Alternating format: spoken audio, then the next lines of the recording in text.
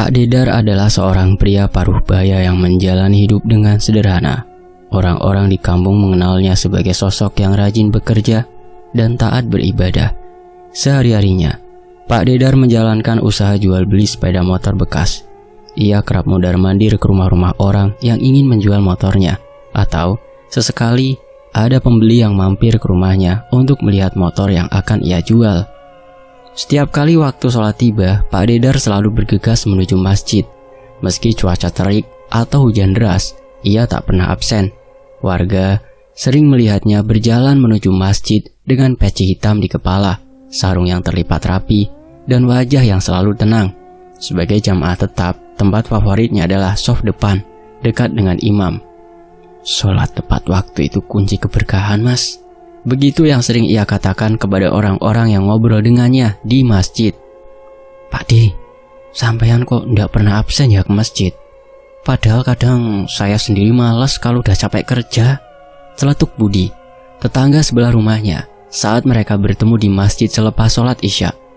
Pak Dedar tersenyum. Wah, Mas Budi, capek itu wajar.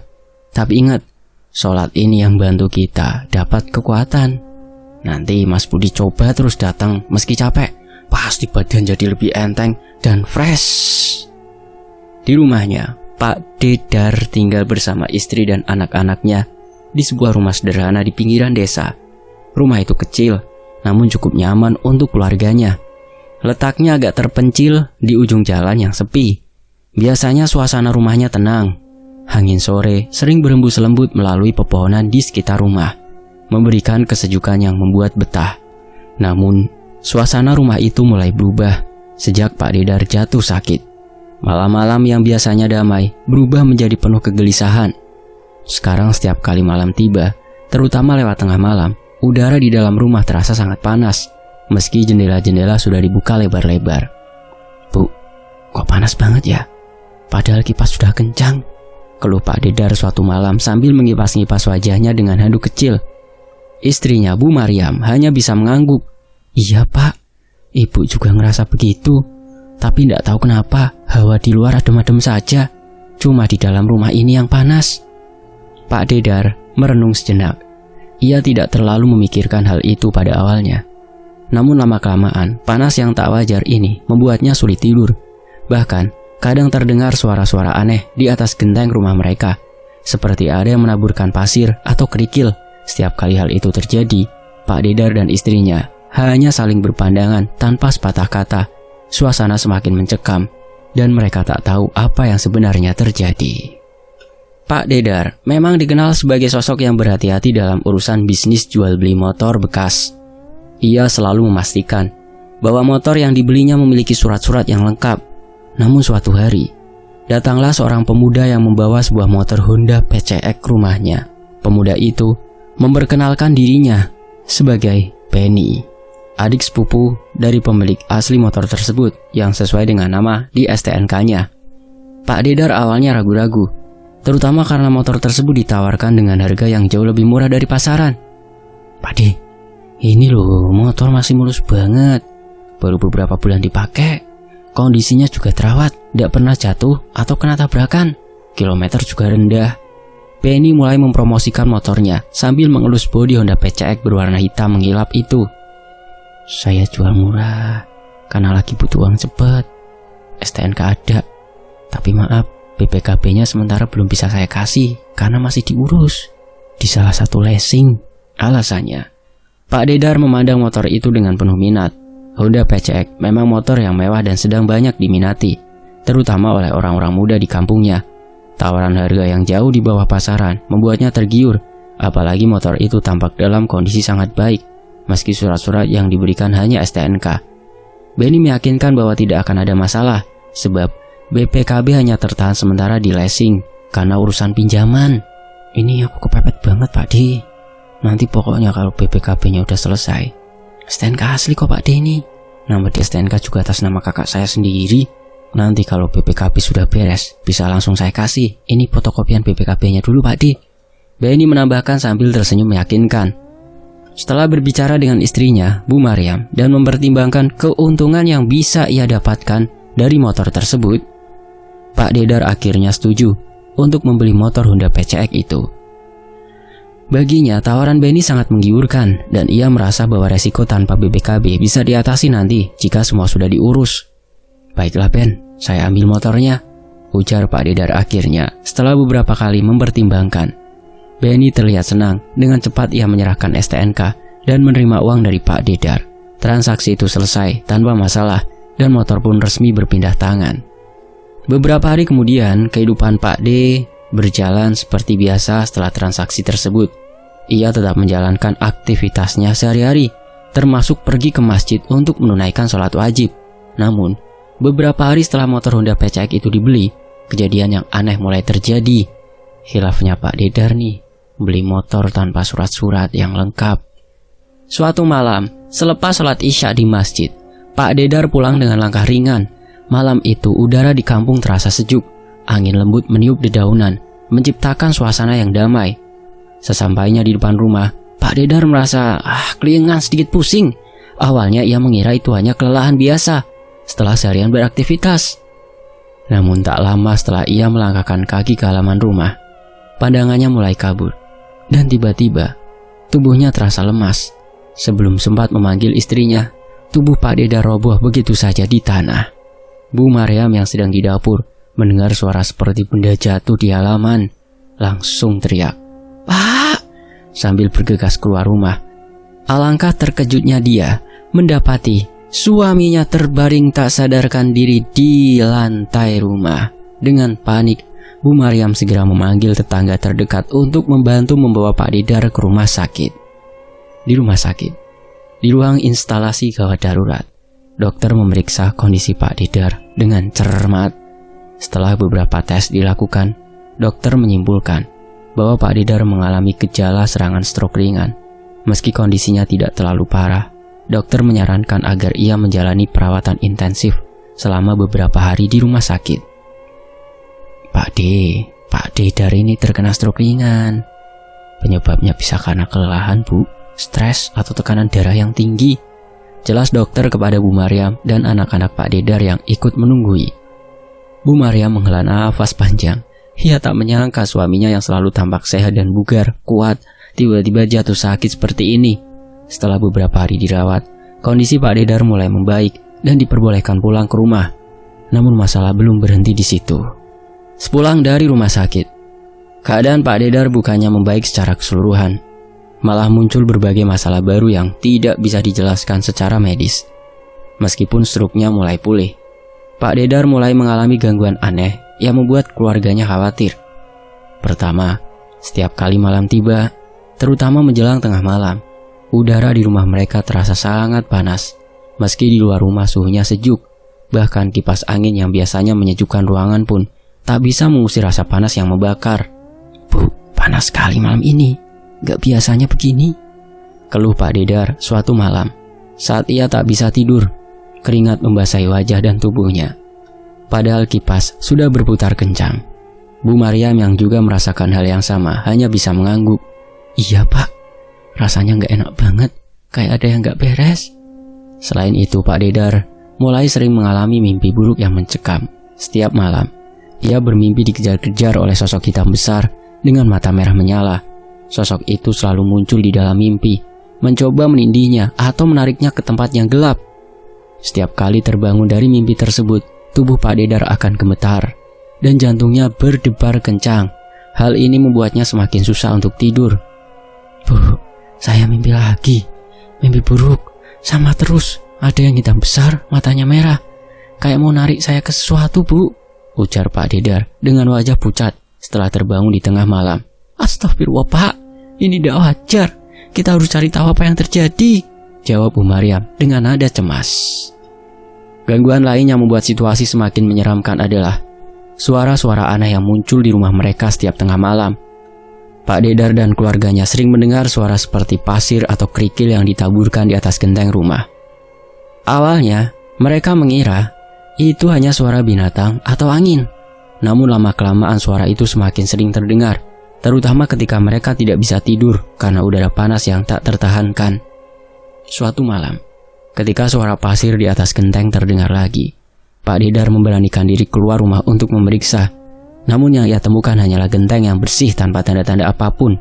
Suara itu seakan berasal dari dunia lain. Bu Maryam yang semakin khawatir akhirnya membicarakan masalah ini dengan tetangga terdekat. Mbak, sampean perasaan ada yang aneh nggak di rumah? Soalnya saya sama Pak D kok selalu kayak ada sesuatu, panas, mimpi buruk, sama suara aneh di genteng, Mbak, kata Bu Maryam kepada tetangganya. Tetangga mereka Bu Sumi mengerutkan dahi. Wah, Bu Maryam, kalau sudah ada yang begitu, mending sampean coba tanyakan ke Ustadz atau orang pinter. Kadang-kadang kalau orang sakit tapi tidak sembuh-sembuh, bisa jadi bukan cuma soal medis loh. Kata-kata Bu Sumi membuat Bu Maryam terdiam sejenak. Ia tahu ada sesuatu yang tidak beres dengan kondisi suaminya. Meskipun Pak Dedar sudah berobat ke rumah sakit dan secara medis mulai pulih dari stroke, ada sesuatu yang lain. Sesuatu yang tidak bisa dijelaskan dengan logika. Suatu pagi, ketika suasana rumah masih sunyi setelah subuh, Bu Maryam seperti biasa menjalankan rutinitas hariannya. Sambil melantunkan zikir pagi pelan, ia mulai menyapu halaman depan rumah mereka yang sederhana. Pagi itu udara terasa begitu berat. Meskipun tidak terlalu panas, ada perasaan ganjil yang membuat Bu Maryam merasa tidak nyaman sejak beberapa hari terakhir. Terutama setelah Pak Dedar jatuh sakit dan mengalami mimpi-mimpi buruk yang mencekam. Saat ia menyapu sudut-sudut halaman, perhatiannya tiba-tiba teralihkan pada sesuatu yang tampak tak biasa. Di pojok halaman, di bawah salah satu pohon mangga yang rindang, Bu Maryam melihat sesuatu yang terbungkus kain putih kecil, seperti buntelan. Kain itu tampak mencurigakan, terikat rapi dengan tali rafia. Buntelan itu tampaknya baru, karena kainnya masih bersih, tidak terkena debu atau tanah seperti benda lain di halaman. Duh, apa ini? Gumam Bu Maryam dalam hati sambil mengerutkan alis. Rasa penasaran segera muncul. Ia meletakkan sapu di samping dan mendekati buntelan itu. Awalnya, Bu Maryam hanya ingin memindahkannya, mengira mungkin itu sampah atau barang tak sengaja jatuh dari orang yang lewat. Tapi saat tangannya hendak menyentuh, tiba-tiba perasaan merinding menjalar di tubuhnya.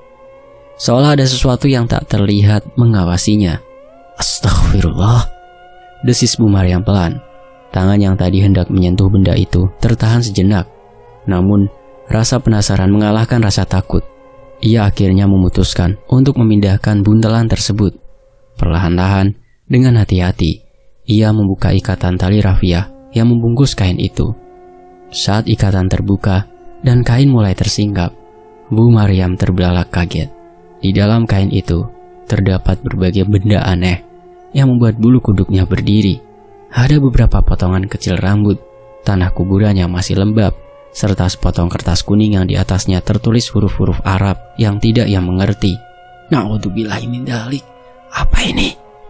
Bu Maryam bergumam ketakutan. Mulutnya spontan melafalkan doa. Dengan cepat ia menutup kembali buntelan itu. Secepat mungkin ia membawa buntelan tersebut ke dapur, meletakkannya di atas meja, dan segera berlari ke dalam rumah untuk memanggil suaminya. Meski Pak Dedar masih dalam kondisi lemah, Bu Maryam merasa ia perlu memberitahu suaminya tentang apa yang baru saja ditemukannya. Pak, teriaknya panik. Pak Dedar yang sedang berbaring di ruang tengah mengangkat kepala lemah. Ada apa, Bu? Tanyanya dengan suara serak. Keheranan melihat istrinya yang tampak tergesa-gesa.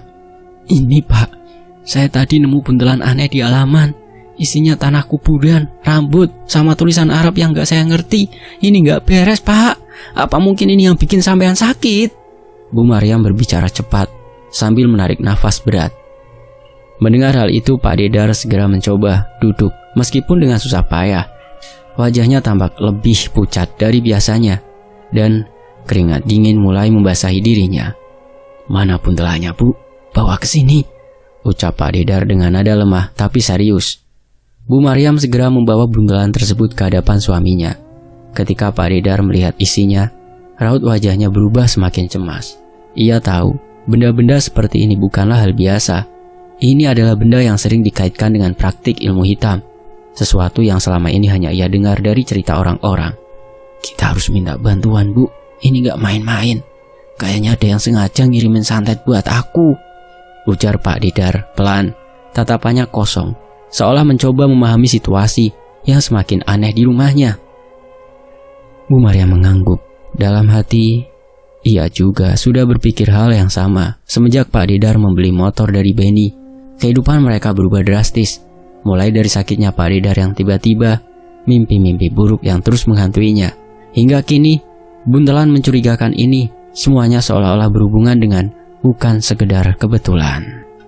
Malam itu, setelah sholat Isya, Bu Maryam memutuskan untuk pergi ke rumah Ustadz di kampung mereka, Ustadz Mahfud. Ia dikenal sebagai seorang yang paham ilmu agama dan sering dimintai bantuan oleh warga jika ada masalah yang berkaitan dengan hal-hal gaib. Meski dalam kondisi lemah, Pak Dedar bersikeras ikut bersama istrinya untuk menemui Ustadz Mahfud, berharap mendapatkan penjelasan atas apa yang terjadi.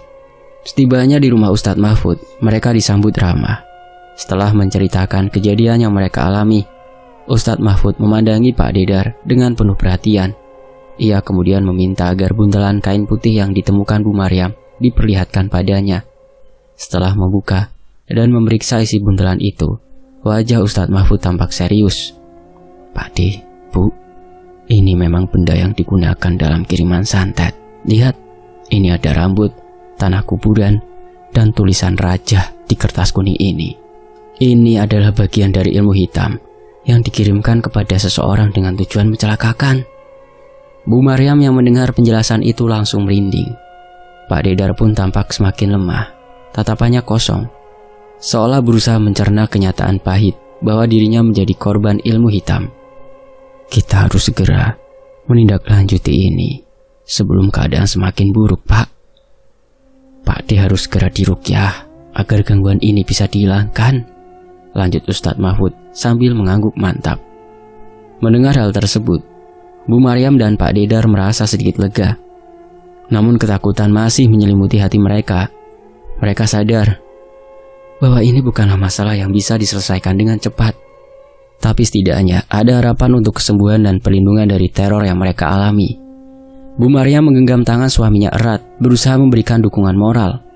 "Kita pasti bisa melewati ini, Pak," ucapnya pelan, meski hatinya masih diliputi rasa takut. Pak Dedar mengangguk lemah, tapi tatapannya kini penuh tekad. "Ya Bu, kita harus ikhtiar. Semoga Allah melindungi kita dari segala macam gangguan ini," jawabnya berusaha menenangkan diri. Malam itu Ustadz Mahfud memulai proses ruqyah untuk membersihkan rumah dan tubuh Pak Dedar dari pengaruh ilmu hitam. Doa-doa dilantunkan dengan khusyuk. Ayat-ayat Al-Quran dibacakan dengan lantang. Suasana rumah yang tadinya terasa panas berangsur perlahan mulai mendingin seiring dengan berjalannya ruqyah.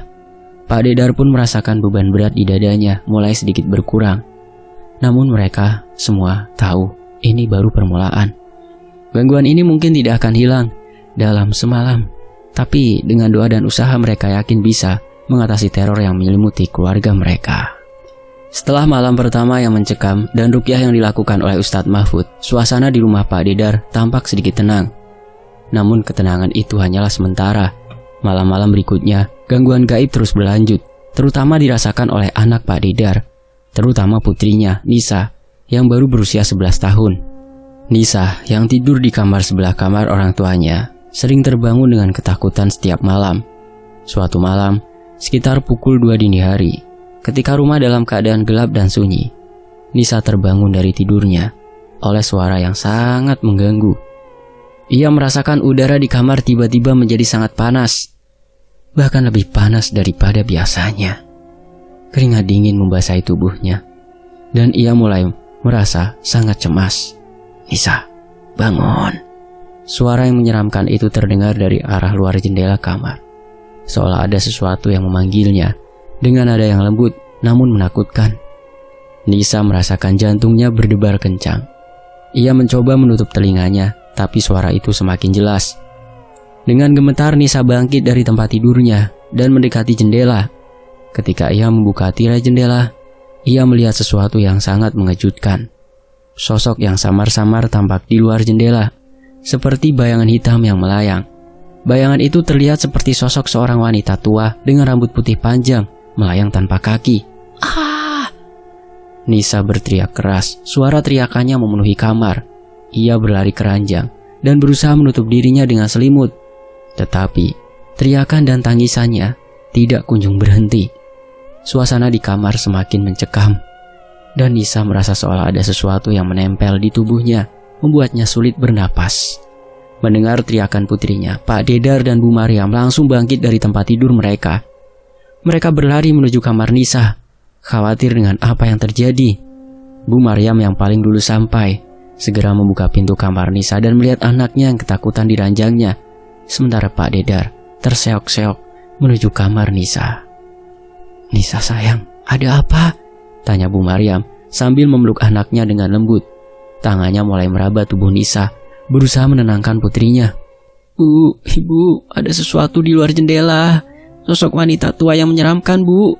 Dia melayang-layang dan memanggil aku." Nisa menjelaskan sambil terisak, masih dengan wajah pucat dan mata yang membengkak karena menangis. Pak Dedar yang mengikuti dari belakang segera memeriksa jendela kamar dan menemukan hanya kegelapan malam yang menyapa. Ia merasa bingung, tapi melihat anaknya yang ketakutan, ia tahu bahwa gangguan ini nyata dan memerlukan perhatian segera. "Bu, sepertinya kita perlu memanggil Ustadz Mahfud lagi. Gangguan ini sepertinya tidak berhenti," kata Pak Dedar dengan nada serius. Bu Maryam mengangguk setuju dan segera menelpon Ustadz Mahfud, meminta agar beliau datang kembali untuk memberikan bantuan. Sementara itu, Pak Dedar mencoba menenangkan Nisa, memberinya secangkir susu hangat dan membacakan doa-doa untuk menenangkan suasana. Setibanya Ustadz Mahfud di rumah mereka, suasana malam kembali menjadi tegang. Ustadz Mahfud memulai doa-doa di kamar Nisa. Ia membaca ayat-ayat Al-Quran dengan khusyuk sambil memercikan air ruqyah ke seluruh penjuru kamar. Suasana mulai terasa sedikit lebih tenang, dan seiring berjalannya waktu, gangguan di kamar Nisa pun mulai mereda. "Nisa, kalau kamu merasakan gangguan lagi, langsung bilang sama bapak dan ibumu ya. Pokoknya kamu jangan selalu sendiri," pesan Ustadz Mahfud sambil mengusap kepala Nisa dengan lembut. Setelah Ustadz Mahfud meninggalkan rumah, Pak Dedar dan Bu Maryam tetap berjaga di kamar Nisa untuk memastikan bahwa anak mereka bisa tidur dengan tenang. Mereka merasa lelah, tapi mereka tahu bahwa ini adalah bagian dari ujian yang harus mereka hadapi.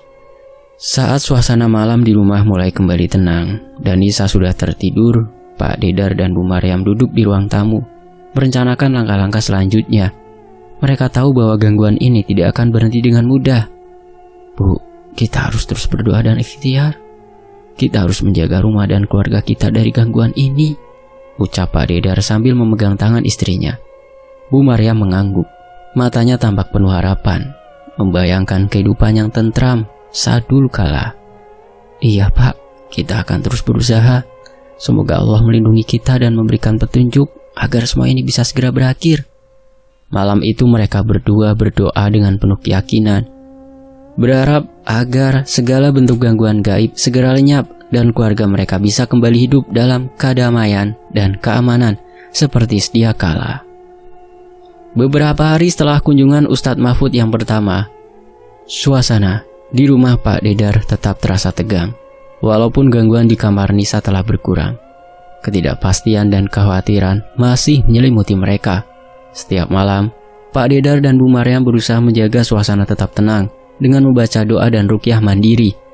Namun mereka tahu bahwa masalah ini belum sepenuhnya teratasi. Ustadz Mahfud yang mengetahui kondisi mereka memutuskan untuk melakukan penelusuran lebih mendalam di sekitar rumah Pak Dedar. Dengan pengalaman dan ilmunya, Ustadz Mahfud percaya bahwa untuk benar-benar mengatasi masalah ini, ia perlu mencari tahu sumber dari energi negatif lain yang mengganggu mereka. Setelah kemarin Bu Maryam menemukan puhul buntelan dalam bentuk kain putih. Suatu pagi Ustadz Mahfud datang ke rumah Pak Dedar dengan membawa beberapa perlengkapan untuk penelusuran. Ia mulai dengan berdoa, meminta petunjuk kepada Allah sebelum memulai pekerjaannya. Pak Dedar dan Bu Maryam mengikuti Ustadz Mahfud dengan penuh harap, berharap agar masalah ini dapat segera terpecahkan. "Pak De, Bu, saya akan mulai menelusuri sekitar rumah untuk mencari kemungkinan adanya jejak energi negatif. Mohon izin untuk memeriksa di beberapa sudut tempat, terutama di sekitar area pagar dan halaman," kata Ustadz Mahfud dengan nada serius namun penuh keyakinan. Pak Dedar dan Bu Maryam mengangguk setuju. Mereka mengantar Ustadz Mahfud ke sekitar rumah dan memperlihatkan area-area yang mereka rasa mungkin menjadi sumber masalah. Ustadz Mahfud mulai dari halaman depan, berjalan pelan sambil memperhatikan setiap sudut dengan seksama. Ketika ia sampai di dekat pagar rumah, Ustadz Mahfud merasa ada sesuatu yang aneh. Ia memutuskan untuk memeriksa lebih dekat. Ia mulai menyapu area sekitar pagar dan menemukan sesuatu yang menarik perhatiannya di dekat tiang pagar yang agak tersembunyi di balik semak-semak. Ini dia, Ustadz Mahfud bergumam pelan sambil memeriksa dengan lebih teliti. Ia menggali sedikit tanah di dekat tiang pagar dan menemukan sebuah benda kecil yang terbungkus kain hitam. Dengan hati-hati, Ustadz Mahfud mengeluarkan benda tersebut dan membuka bungkusnya. Ternyata itu adalah sebuah buhul, yaitu benang yang diikat dengan berbagai benda kecil yang tampak mencurigakan. Ada potongan rambut, tanah kuburan, dan benda-benda kecil lain yang tidak bisa dikenali dengan jelas. Ini adalah buhul yang kedua yang digunakan dalam praktek santet untuk nyantet keluarga Pak Dedar. Pak Dedar dan Bu Maryam terkejut melihat penemuan tersebut. Rupanya selain kemarin yang ditemukan istri saya, ada yang lebih besar lagi. Jadi ini yang membuat kacau di rumah kami, Pak Ustadz? Tanya Pak Dedar, wajahnya penuh kekhawatiran. Iya, ini kemungkinan besar penyebab dari gangguan yang sampean alami. Untuk buhul ini berfungsi, biasanya seseorang harus mengetahui lokasi pastinya. Jadi ini adalah langkah besar untuk mengatasi masalah ini, jawab Ustadz Mahfud sambil menyimpan buhul tersebut dalam kantong khusus. Bagaimana kita bisa menanganinya, Ustadz? Tanya Bu Maryam dengan suara cemas. Pertama-tama kita harus membersihkan area ini dengan doa dan ruqyah. Setelah itu, kita akan membakar buhul ini dengan niat untuk menghapus energi negatif yang ada. Ini harus dilakukan dengan penuh kesungguhan, ujar Ustadz Mahfud. Ustadz Mahfud kemudian langsung membakar buhul yang telah ditemukan di area yang telah dibersihkan dengan membacakan doa-doa khusus untuk menghilangkan segala bentuk gangguan dan energi negatif. Asap dari pembakaran buhul menyebar di sekitar halaman rumah dan suasana malam terasa lebih ringan setelah proses pembersihan. Selesai Pak De, Bude, insya Allah semoga dengan pembersihan ini gangguan yang sampean alami akan segera berakhir, kata Ustadz Mahfud setelah proses selesai. Pak Dedar dan Bu Maryam merasa lega mendengar penjelasan tersebut. Mereka mengucapkan terima kasih kepada Ustadz Mahfud atas bantuannya dan berharap agar rumah mereka bisa kembali tenang, adem ayem, tentrem. Beberapa minggu setelah pembersihan rumah dilakukan oleh Ustadz Mahfud, keadaan di rumah Pak Dedar mulai membaik. Namun, masih ada ketidakpastian yang menggantung di benak mereka. Pak Dedar merasa bahwa ada sesuatu yang belum sepenuhnya terpecahkan terkait dengan gangguan yang mereka alami. Bu Maryam dan anak-anaknya merasakan sedikit ketegangan yang tersisa. Meskipun mereka mencoba untuk tetap positif dan menjalani kehidupan sehari-hari seperti biasa. Suatu hari, Pak Dedar menerima kunjungan tak terduga dari seorang teman lama, Bapak Amin. Bapak Amin adalah seorang ahli dalam bidang spiritual yang sudah lama tidak bertemu dengan Pak Dedar. Ketika mereka duduk bersama, Pak Dedar menceritakan kejadian-kejadian yang telah mereka alami, termasuk pembelian motor PCX yang diduga menjadi penyebab masalah. Bapak Amin mendengarkan dengan seksama. Pak Dedar, saya mendengar tentang masalah yang sampean alami. Sepertinya ada sesuatu yang lebih dalam di balik semua ini, ujar Bapak Amin dengan nada serius. Izinkan saya untuk melakukan penelusuran lebih lanjut. Saya merasa ada energi negatif yang terhubung dengan kejadian ini. Pak Dedar setuju, dan Bapak Amin mulai melakukan penyelidikan spiritual di sekitar rumah Pak Dedar. Ia menggunakan berbagai metode, termasuk membaca doa dan melakukan meditasi, untuk merasakan keberadaan energi negatif. Beberapa saat kemudian Bapak Amin menemukan bahwa memang ada kiriman santet yang mempengaruhi rumah Pak Dedar. Saya merasakan energi negatif yang masih tertinggal di sekitar rumah sampean, terutama di area sekitar motor yang sampean beli itu, kata Bapak Amin. Ini sepertinya bukan hanya gangguan biasa. Ada sesuatu yang lebih mendalam dan lebih serius di balik semua ini. Masih ada yang menempel. Pak Dedar merasa terkejut mendengar penjelasan tersebut. Jadi apa yang harus kami lakukan? Tanya Pak Dedar semakin cemas. Saya rasa kita perlu melakukan introspeksi lebih dalam tentang kejadian-kejadian terakhir ini. Ada kemungkinan bahwa kiriman santet ini terkait dengan motor yang sampean beli, Pak Dar, jawab Bapak Amin. Saya akan melakukan penelusuran lebih lanjut dan mencari tahu siapa sebenarnya yang mengirimkan santet ini dan mengapa, apa sebabnya. Bapak Amin mulai melakukan penelusuran lebih mendalam mengenai motor yang dibeli oleh Pak Dedar. Ia melakukan pencarian informasi dan berbicara dengan beberapa orang di sekitar desa, termasuk yang pernah berhubungan dengan motor tersebut. Beberapa hari kemudian Bapak Amin kembali ke rumah Pak Dedar dengan hasil penelusuran yang mengejutkan.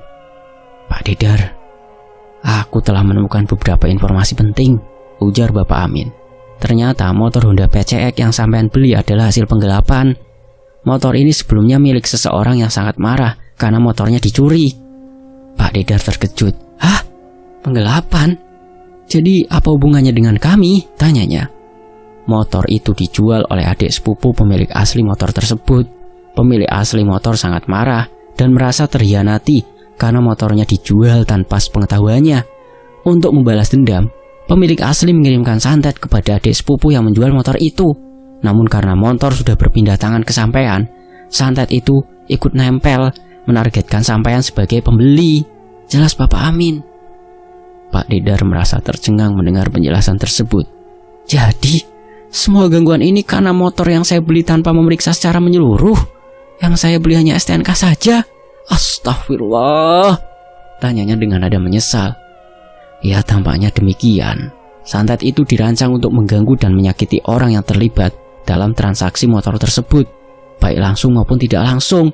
Sampean menjadi korban tidak langsung karena membeli motor yang sudah terkena dampak santet," kata Bapak Amin.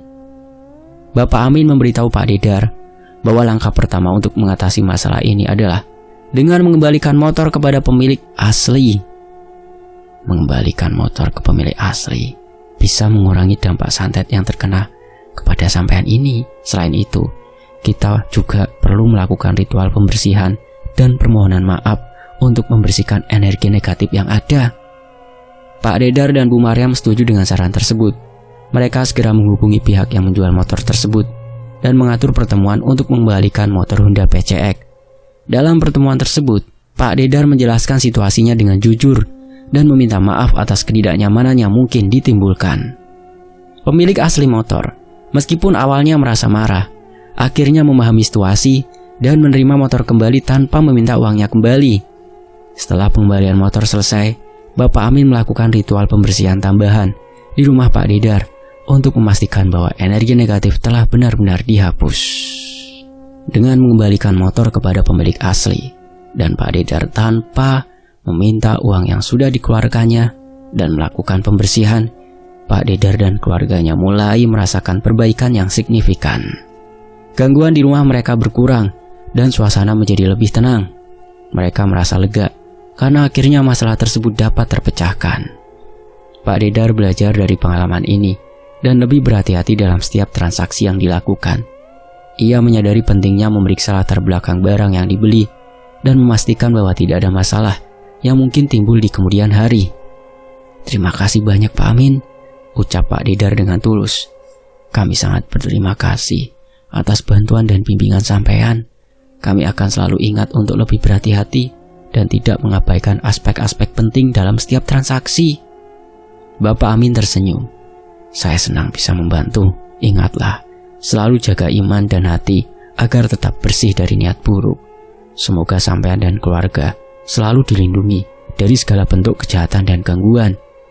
Dengan pesan itu, Pak Dedar dan keluarganya melanjutkan hidup mereka dengan lebih berhati-hati dan penuh syukur.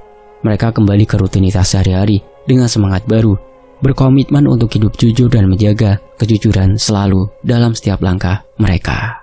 Selesai. Hati-hati ya kawan dalam setiap tanduk tindak kita. Introspeksi diri selalu ya. Apakah kita melukai orang lain? Apakah kehadiran kita justru menjadikan sakitnya orang lain? Semoga saja dengan hadirnya kita selalu menimbulkan rasa bahagia keceriaan bagi setiap orang yang ada di dekat kita ya. Amin. Tony FS pamit, sampai jumpa di kisah lainnya. Wassalamualaikum.